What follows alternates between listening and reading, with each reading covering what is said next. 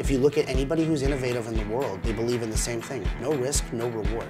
My name's Jamie Bissonnette, the chef partner at Coppa in Boston, Massachusetts. For us, it's about making life easier. We want to use technology that helps you in your kitchen. I'm Seth Fritz, lead industrial designer for Brizo. To me, innovation is just kind of taking the things that exist, improving on them, and just saying, hey, I'm going to do something a little bit different, a little bit more evolved, and more interesting. What about changing up the pollo parmesan, like a boneless ragu? Let's run out the fusilli and do a new pasta. Are we back to tails from bones? Yep.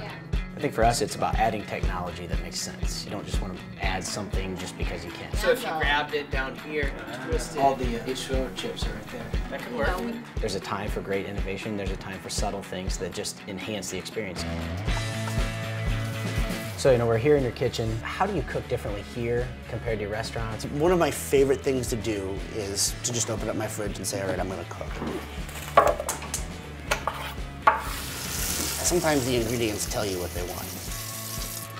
A lot of times I'm finding the base coming from a traditional flavor combination. You break it down and say, what is it about each one of those aspects? And you try to put your dish together with different ingredients and different techniques, different technologies. And then you come up with something that might be completely different. And it's trial and error. This ingredient works, this one doesn't, and then just going over and over again. I think our processes are very similar. We spend many hours sketching, refining, even the simple features like the hidden wand in the Solna. There were many iterations of that, lots of prototyping, because it has to be perfect. You travel a ton, just like me. What do you see that travel does to your creativity? We're looking at everything from cars to fashion to architecture to simple things like doorknobs and hinges, just to try to see how people are doing things that are different than us. We do a lot of the same things when we travel. I don't just look at what people are doing with foods. For me, it's what are they doing in that neighborhood? What are they growing? There's a lot of the simple things in life that people take for granted that we can notice, and it can really help us.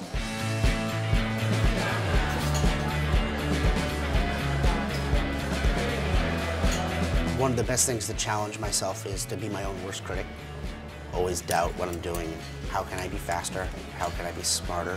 How can I make it taste better? Sounds like a designer, though. We're the same way. Yeah. So we're all glutton for punishment. That's perfect. Yeah.